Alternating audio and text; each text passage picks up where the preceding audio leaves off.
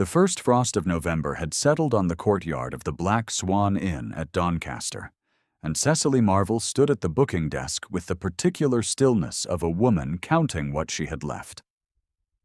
She had 3 shillings and 4pence. The passage south to Wiltshire cost 9 shillings. The coachman had already looked at her twice, and the second look had held a kind of patient contempt, the variety reserved for passengers who stood too long at the counter without producing the required sum. The inn smelled of tallow and wet wool, and the particular sorrow of journeys interrupted. And Cecily had already rehearsed her words twice over in her mind. She would ask whether the coach could take her as far as Nottingham. She would ask whether the innkeeper had any work she might do for 2 nights in exchange for the remainder of the fare. She would ask with a straight back and a level voice, and she would not permit her hands to tremble, and then she would do whatever came of the asking. She drew breath. A voice said from the near distance, "Put it on my account." The coins arrived on the counter before she could turn. They were not 3 shillings and 4pence. They were a full sovereign, placed with the quiet economy of a man who had not needed to think about the gesture. The coachman's expression rearranged itself into something considerably more amenable. The innkeeper swept the coin beneath his palm. The transaction was complete before Cecily had completed the turn to face the man who had produced it. He was tall and stood at the edge of the lamplight, so that she caught his profile rather than his face. Dark coat, well cut. Dark hair, still damp from the yard. A jaw like carved stone, the set of a man who did not generally explain himself. He was watching the coachman enter the booking rather than watching her, which struck her as odd in a man who had just purchased a stranger's passage without being asked. "I do not know you," Cecily said. She had meant to say, "Thank you." She had not meant to say that. It came out before she could stop it, and it hung there between them, bare and accurate. He turned then. His eyes were gray, the color of smoke above a winter river, and they held a consideration that was not quite surprise. "No," he agreed, as if the observation were simply true and required no particular response. "I am Harcastle, Edmund Harcastle, the Earl of Ashwell, if that matters to you, which I suspect it does not. It does not alter the fact that I cannot repay you at present," Cecily said. "I did not ask for repayment." He lifted his hat from the counter where he had set it. "I asked for nothing." He said it pleasantly, as a man might remark on the weather. She had the distinct impression that he was telling the truth, and that this, oddly, was the unsettling part. Every debt she had ever incurred had come with an accounting. She did not know what to do with one that carried no ledger. If you have wondered what it looks like when a woman's entire architecture of expectation is quietly rearranged in the span of 30 seconds, stay a little longer. This story begins here. The autumn of 1818 had not been kind to her, but it had been no more unkind than the 3 autumns preceding it. Her father, Robert Marvel, had died in the winter of 1815, with a bankrupt scheme in his desk drawer and a mortgage on Marvel Cottage that his eldest daughter had spent the subsequent years quietly trying not to think about too directly. Cecily was the eldest of 3. She was also, as everyone in their small Wiltshire neighborhood agreed without meaning it as a slight, the sensible one, the capable one, the one who managed. Her younger sisters, Frances and Louisa, were charming in the way that young women of limited fortune were encouraged to be charming. Cecily had been charming too, once when charming had seemed like a currency worth trading in.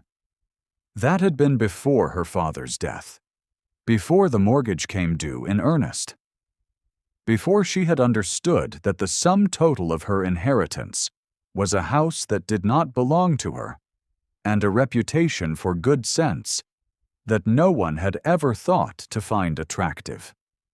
The Edinburgh posting had seemed a solution. Her mother's cousin, an elderly woman named Mrs. Doris Cartwell, had required a companion through a long illness and had intimated in a letter that her estate, while not large, would not forget a person who had been kind to her in her final season. Cecily had been kind. She had read aloud for 6 hours at a stretch during the worst weeks. She had sat with the woman through the long Edinburgh nights, when the cold pressed through the windows, and Mrs. Cartwell could not sleep, and she had answered honestly when asked whether she expected anything, and Mrs. Cartwell had said she was a good girl, and then had died on the 7th of October without having changed her will, which left everything to her nephew Gerald Marvell, Cecily's cousin, who had not visited once. Gerald had arrived from London in high spirits, and with a letter that he claimed proved an additional verbal bequest, the letter dated 3 weeks before Mrs. Cartwell's death, and bearing a signature that Cecily recognized was not, precisely, in the old woman's particular hand. She had said so to the solicitor.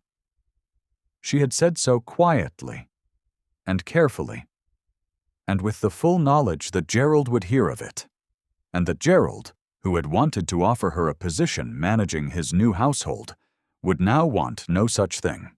The solicitor had set the letter aside. Gerald had not spoken to her again, and Cecily had found herself at Doncaster on the 9th of November with 3 shillings and 4pence and a sovereign's worth of debt to a man she had never met, and the sensation, not unfamiliar, of having told the truth and paid for it in a currency she could not afford. The carriage to the south departed at 7:30. She had taken the forward-facing seat nearest the door, an old habit, the woman in reduced circumstances who does not take the window unless asked. He had entered 3 minutes after her and sat directly across. He was reading. He had produced a small leather volume from his coat and opened it before the carriage had cleared the yard. He did not look at her. She was grateful for this and then, without quite meaning to, suspicious of it. The silence lasted a quarter hour. The road was poor, past the town's edge, and the carriage rocked sharply over a rut. And the book shifted in his hands, and he recovered it without looking up. And Cecily said, before she had fully intended to, "You are very careful not to look at me." He raised his eyes from the book. In the gray morning light, he looked older than he had in the inn's lamplight, older and somewhat worn, a man who carried something behind the composed architecture of his face. "I did not wish to make you uncomfortable," he said. "I am already uncomfortable," she said. "I owe you 9 shillings, and I do not know why you paid them." He considered this for a moment. The book closed in his hands. "I paid them because you were going to ask the innkeeper for piecework, and he would have said yes, and I would have been obliged to watch you do it. You would have had no obligation at all." "No," he agreed. He did not elaborate. He seemed to consider the elaboration unnecessary, in the way of men who have decided what they think and do not require the world's corroboration. Then he said, "I should like to make you a proposition. Miss Marvell," she said. "Cecily. Miss Marvell." He said her name with the small formal care of a man who had been correctly raised, neither too familiar nor too ceremonious.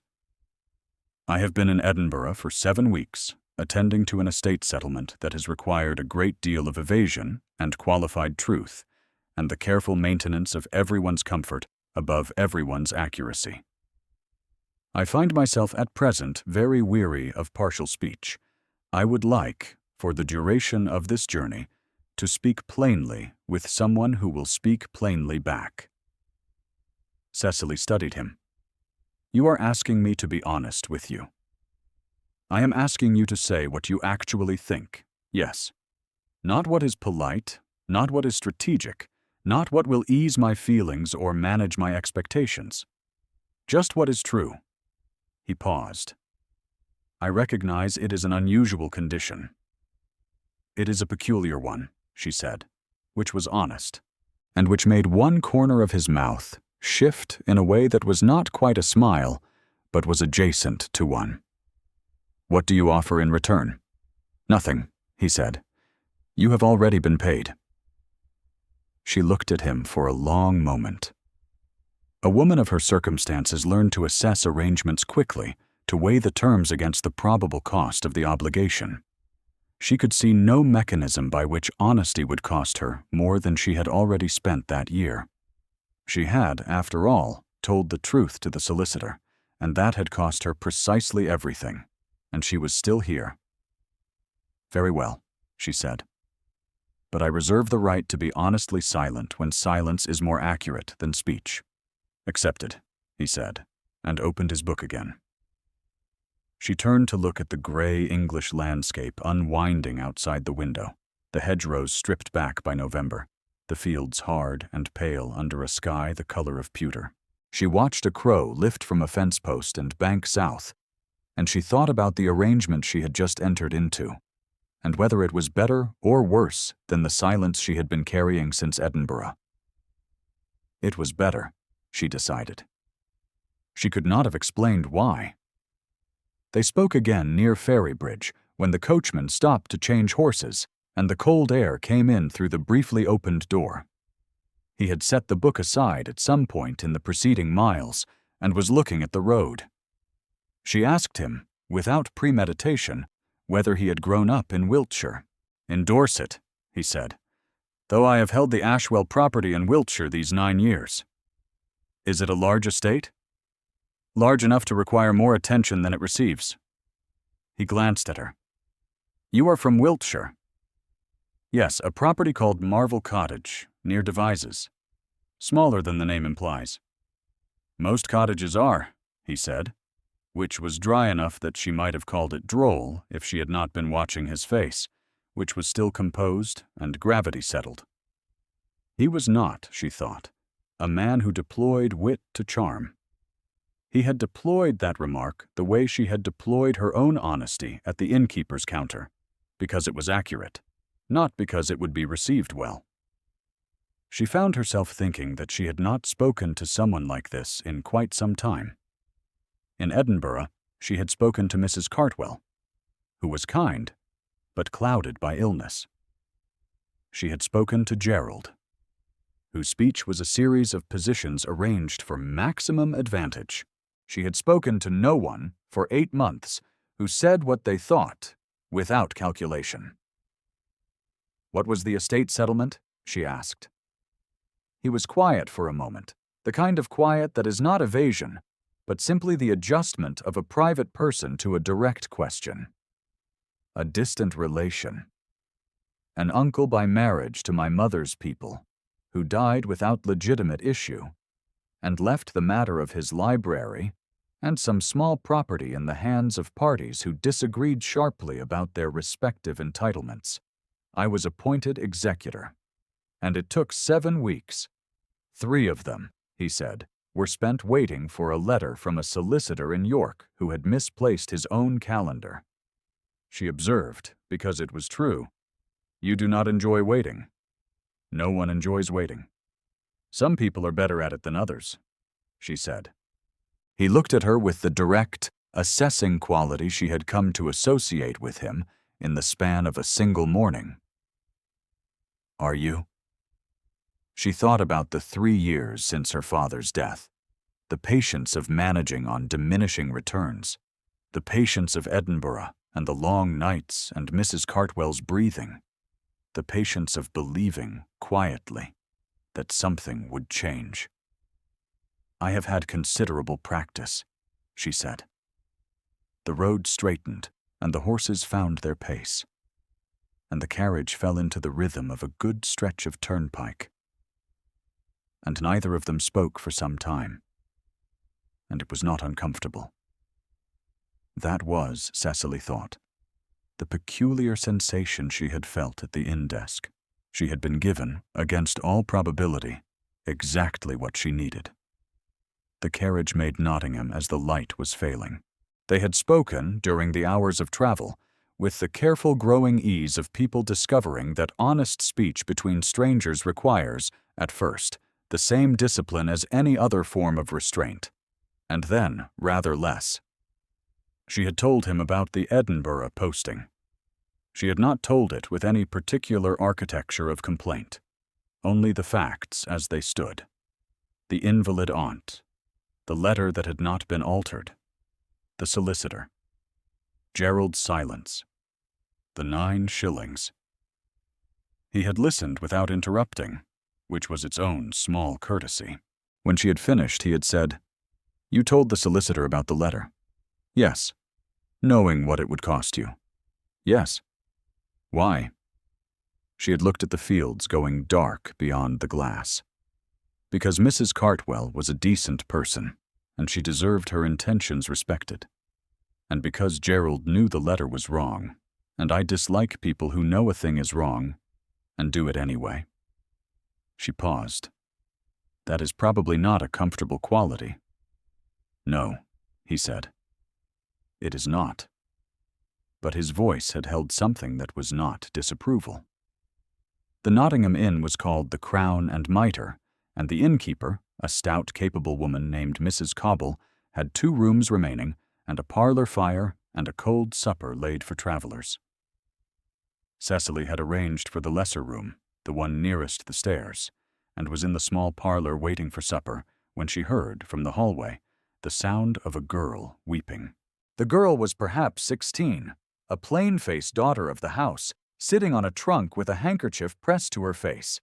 Her name, Cecily gathered, was Nell. She had been courted, briefly and enthusiastically, by a draper's apprentice from Derby who had last written 6 weeks ago and had since stopped writing entirely. Cecily sat down beside her on the trunk. She did not say it would be well. She did not say the young man might simply have been busy. She said, after a moment, "I think you already know what his silence means." The girl looked at her. Her eyes were red and very honest. "I think you know," Cecily said. "And I think you have been hoping that if you weep long enough, the knowing will go away. It will not. Knowing sooner is considerably less expensive than knowing later. You can spend the next 6 months waiting and find yourself here in spring, or you can spend this evening here and find yourself somewhere else entirely in spring." The girl was quiet for a long moment. Then she folded the handkerchief with careful hands and said, "That is a very hard thing to say." "Yes," Cecily agreed. "It is also true." She did not know that he had come down the stairs and stopped on the landing at the sound of voices, and had stood there for some minutes with his hand on the rail, listening. Lady Horatia Fenwick arrived at the Crown and Mitre at 9 o'clock that evening, with her daughter Arabella and a lady's maid, and considerably more luggage than was appropriate for an unannounced visit. She had been, she announced to Mrs. Cobble, traveling separately from London, and had entirely coincidentally arrived at the same overnight stop, a claim that satisfied no one present. She was a handsome woman of 50, with the particular bearing of someone whose social position had been her primary occupation for 3 decades. Her hair was silver and beautifully dressed. She wore jewels at her throat that caught the firelight and turned it to ice. She found Edmund in the parlor. She greeted Cecily with the smooth accuracy of a woman who had assessed an unknown female in a single glance and arrived at a verdict before the introduction was complete. "Lord Ashwell," she said, "what a very happy coincidence. I had not realized you were returning from Edinburgh." And then to the room at large, in a tone designed to be overheard by anyone within 3 feet. "And your traveling companion, my lord? I was not aware you had arranged for a woman of no account to accompany you." The phrase landed with the precision of a well-placed instrument. A woman of no account. It was the kind of phrase that did its work not by being loud, but by being said, by the simple act of being entered into the record in the presence of witnesses. Edmund said, evenly, "Miss Marvell is a traveling acquaintance, Lady Fenwick." He did not say more than this. Lady Fenwick smiled and moved to the fire, and Arabella Fenwick, who was lovely in the bloodless way of a woman who had been told she was lovely since birth, took a seat beside her mother and did not look at Cecily at all. Cecily returned to her room. She was not, she told herself, wounded. She had heard worse in Edinburgh, in London, in the drawing rooms of Wiltshire, where the neighbours had very precise opinions about the daughters of bankrupt gentlemen. She was sensible. She would not permit an overheard phrase to do what it was designed to do. She permitted herself, alone in the small room with the fire burning low, exactly 2 minutes to feel what it had done. The miniature fell from his coat the following morning. They were in the parlour again, waiting for the carriage, and he had set his coat across the back of a chair while he attended to a strap on his travelling bag. And the small object slid from the breast pocket and landed on the flagstones with a sound like a dropped coin. Cecily picked it up before she had thought about whether to do so. It was ivory, oval, roughly the size of a walnut, and it held the painted image of a young woman with dark eyes and a particular expression. Not quite smiling. The look of a person who had been asked to be still for a portrait and was managing it with more patience than enthusiasm.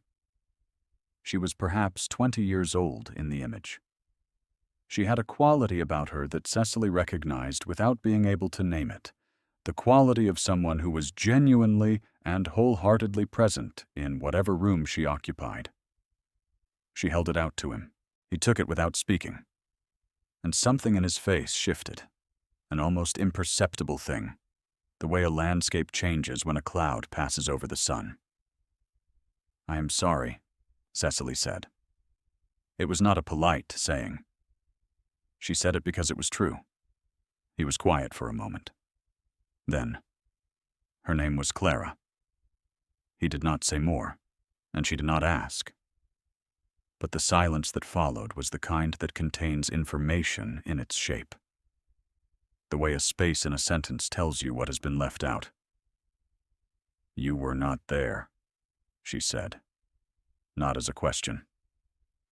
His jaw tightened. A single movement, quickly controlled. "No. And you have been telling yourself for years that you should have been." He looked at her. There was something raw in it, briefly, before it was composed again. "You are very direct. You asked me to be." He placed the miniature in his breast pocket, very carefully, the way a man replaces something he has carried so long it has become part of his daily architecture. "I was in London," he said. "There was a parliamentary matter. She had written to me twice, asking me to come home. I thought there was more time." Cecily did not say that there had been no way to know. She did not say the things people generally said, the consolations that were designed to ease the speaker rather than the person being consoled. She said, "She looks like someone who would not have wanted you to stop living." He did not answer immediately. When he did, his voice was very level, very controlled, in the way of a man holding something at a careful distance. "You cannot know that from a miniature." "I cannot," she agreed. "But I said what seemed true, not what seemed certain." She held his gaze. That was the arrangement. Something shifted in his face. Not the landscape change, something slower, something she could not quite name. A quality of attention that settled on her and did not move away. He said, after a long moment, "Yes, it was." If there is a single moment in which a story's weight transfers from one set of hands to another, perhaps stay a little longer with this one. She did not know what she had given him. He did not yet know how to hold it. They arrived in Wiltshire on the afternoon of the 11th, and the world that met them was the world Cecily had been quietly dreading. Marvell Cottage stood at the end of a lane off the Devizes Road, modest and familiar, its garden gone slightly wild with autumn, and the mortgage notice posted to the door by the solicitor's agent. She did not have to ask who had arranged the notice. Gerald Marvell's carriage was in the lane, and Gerald himself was on the step, speaking to two of the neighboring farmers with the easy confidence of a man who considered the matter already settled. He had a way of standing that announced ownership before any document had confirmed it. He looked up when the carriage stopped. He looked at Cecily, and then at the man beside her. And the calculation in his eyes was swift and unpleasant. "Cousin Cecily," he said with the particular warmth of someone performing welcome for an audience, "I am glad you have arrived. We must talk about the cottage." He did not look again at Edmund. He said to the farmers, in a carrying voice, "She is a woman of no account in these matters, I am afraid. The mortgage is a legal business, quite beyond her." The label, for the third time, in a voice designed to carry. A woman of no account, dropped like a stone into still water, and the neighbors' faces registering it, and Cecily standing in the lane in her plain traveling coat, the coat that had been retrimmed twice and was showing the second remaking at the collar. Edmund had not moved from beside the carriage. He said nothing. He was looking at Gerald with the particular quality of stillness that Cecily had come to recognize in the 3 days of their acquaintance as the expression he wore when he was being very careful about what he was going to do next. "I will attend to this," Edmund said to Cecily, his voice low. It was the command voice, the one she had heard at the inn desk and in the carriage and once at the toll gate, short and declarative and carrying an authority she had spent 3 days being alternatively grateful for and resistant to. He said it in a way that did not leave room for discussion. She said, "You are going to tell me not to concern myself. I am telling you not to stand in a cold lane when there is a fire inside." She went inside. She could hear, through the thin walls of the cottage, the conversation in the lane, though not the words. It lasted perhaps 8 minutes. When Edmund came in, Gerald did not follow him. The carriage in the lane departed inside the quarter hour. She did not ask what had been said. She understood, from the set of his jaw and the economy of his movement, that whatever had been said had been final. The county assembly was held on the 14th at the village hall in Devizes, and Cecily attended because her mother had bought the tickets in October, and it seemed foolish to waste them. She wore the muslin she had mended the previous spring, and a shawl borrowed from Francis, and a composure she had been assembling since the morning. The hall was candlelit, which was merciful. Candlelight flattered every gown equally, and made the jewels of the established county families burn like small suns, and made the assembled company look, from a distance, as if wealth and plainness were merely different textures of the same warm light. Closer examination revealed the difference readily enough. Lady Haversham near the fireplace in silk and diamond eardrops, Mrs. Adley in rose-pink watered taffeta, Frances Marvell in her best spotted muslin, bright-eyed and doing her best, Cecily in the remended white with the borrowed shawl, the shawl's color rather a better match for Frances than for her, and her gloves her own, but showing the seam rework at the left thumb.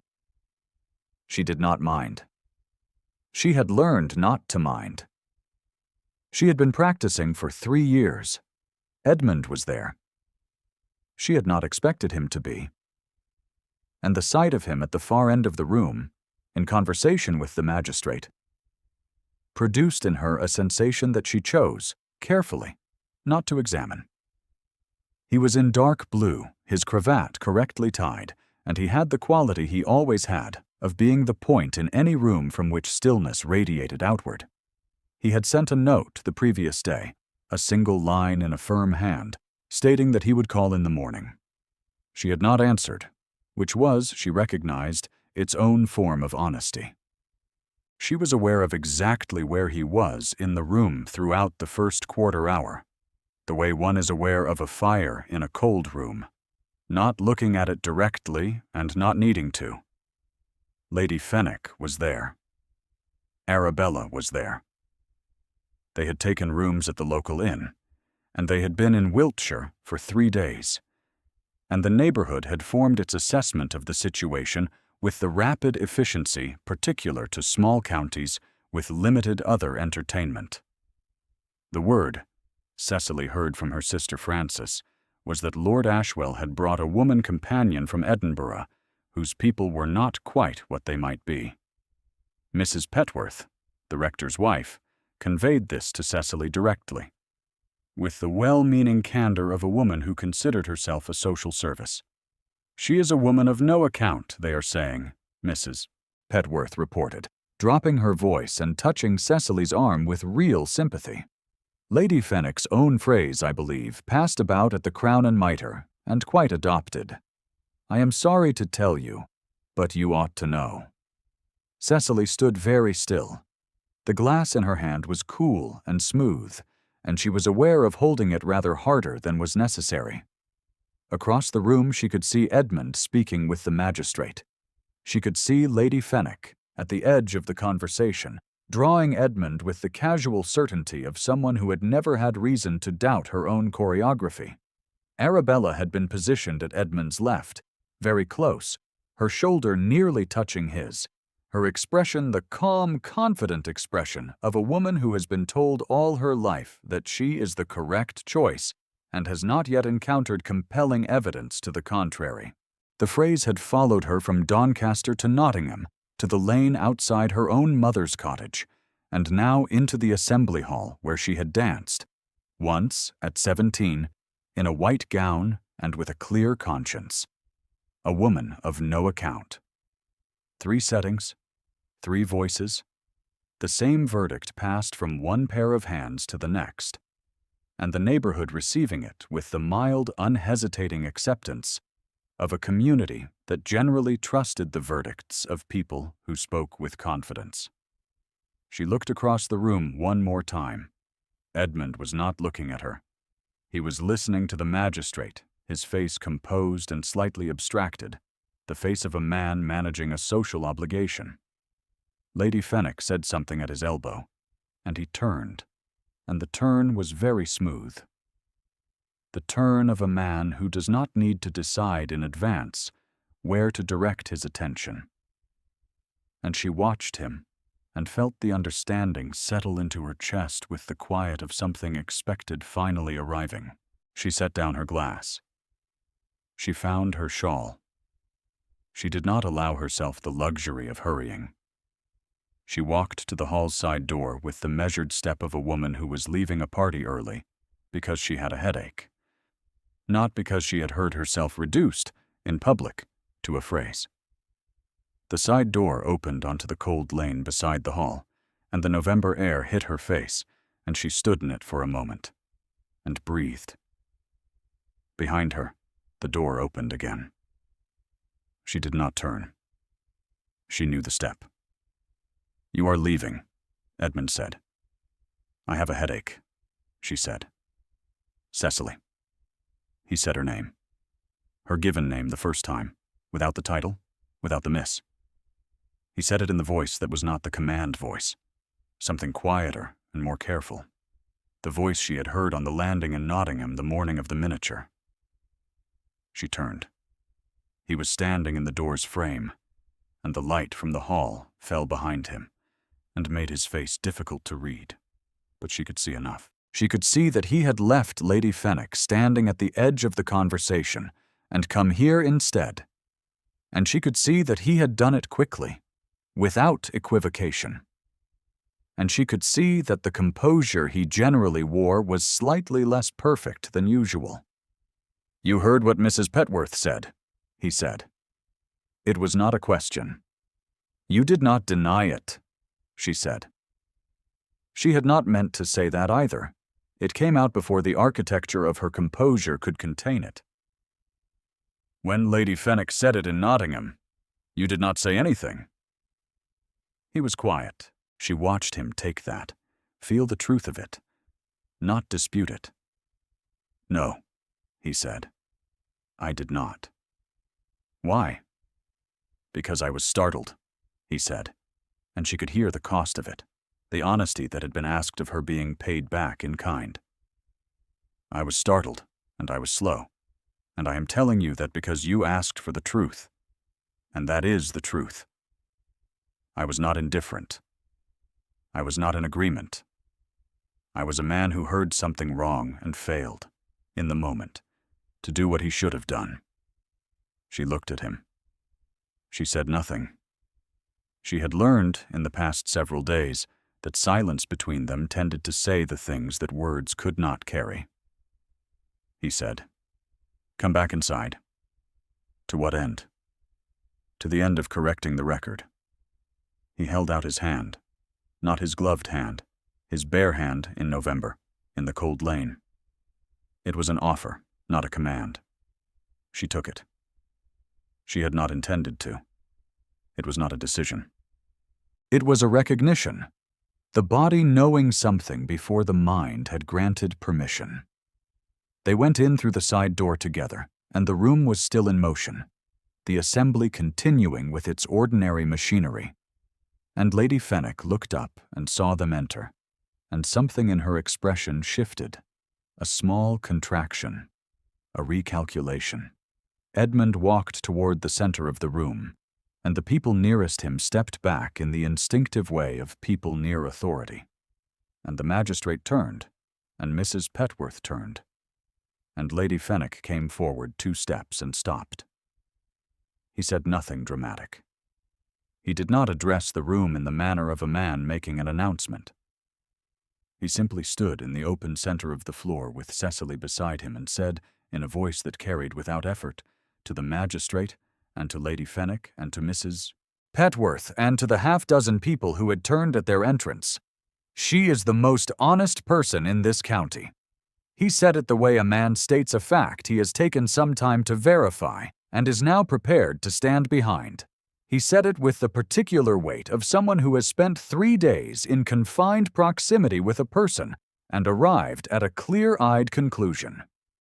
Lady Fenwick said, "Lord Ashwell, I am certain you have been under considerable strain from your journey."